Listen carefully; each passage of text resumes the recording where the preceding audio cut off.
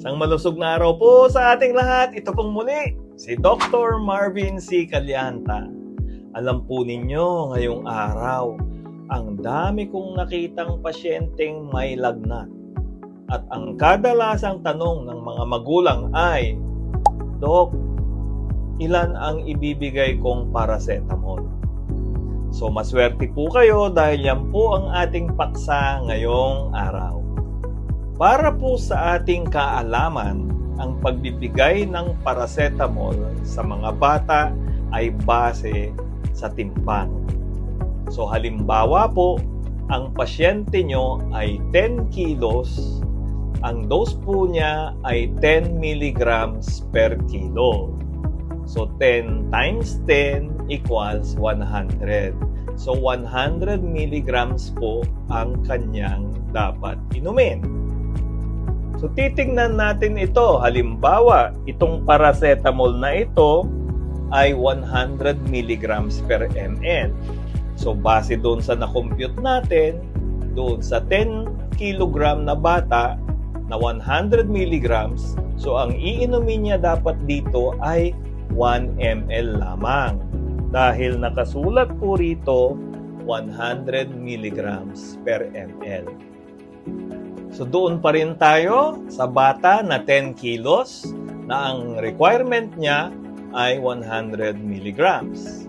Dito po sa paracetamol na ito, ang nakasulat ay 120 milligrams per 5 ml. So kung i-compute natin by ratio and proportion, ang dapat niyang inumin dito ay 4 ml. Ngayon, babalik ulit tayo sa isang pasyente na 10 kilograms, ang iinumin niya ay 100 milligrams. So, itong preparation dito ay 250 milligrams per 5 ml. So, by ratio and proportion again, ang iinumin niya ay 2 ml lamang. Po nating malaman na ang paracetamol para sa mga bata ay may tatlong preparation.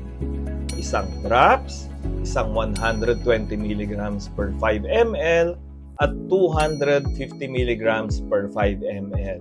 So yan po ang tatandaan natin mga mamshis.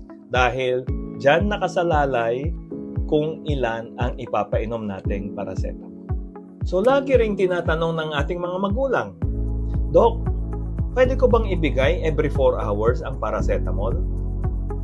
Depende po. Pwede ka lang magbigay ng paracetamol kung may lagnat ang pasyente.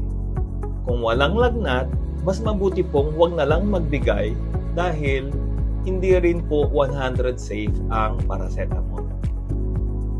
Ayon sa American Academy of Pediatrics, nire-recommend nila kung tuloy-tuloy ang fever ay pwede kang magbigay ng every 4 to every 6 hours. Kung tuloy-tuloy ang mataas na lagnat. Ako po personally, ang maximum ko lang po ay 5 doses in 24 hours. Binibigyan ko po kasi ng pagkakataon na makapagpahinga si Atay kasi siya ang nagme-metabolize ng paracetamol.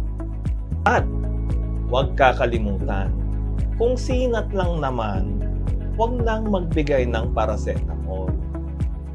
Punas-punas na lang po. At pag nagpupunas, hindi lang po noo, hindi lang po kili-kili, kundi buong katawan. Ayon sa ibang mga eksperto, nagre-rekomenda lang sila ng pag-inom ng paracetamol kung ang lagnat ay umaabot na sa 38.4 degrees centigrade. So ayan na, okay na tayo. Maliwanag na lahat. So mga mami, siguro naman mababawasan na yung tanong nyo sa akin kung ilang paracetamol ang ipapainom sa inyong mga anak. Ito pong muli si Dr. Marvin C. Calianta. Ingat po lagi.